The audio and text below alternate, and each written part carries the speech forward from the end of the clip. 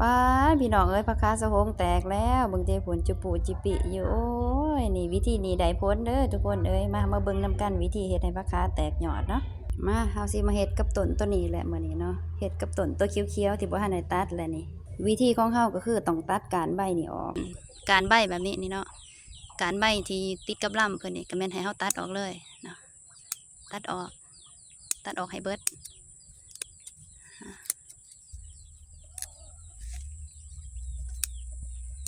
และยอดอ่อน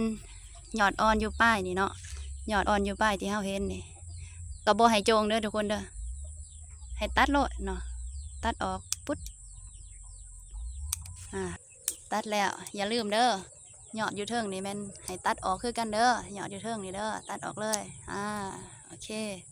หลังจากตัดใบแล้วก็ใส่ฝุ่นรดน้ำให้ซุ่มบ่เกิน2 อาทิตย์ก็จะแตกยอดอ่อนแบบนี้เฮาได้กินเลย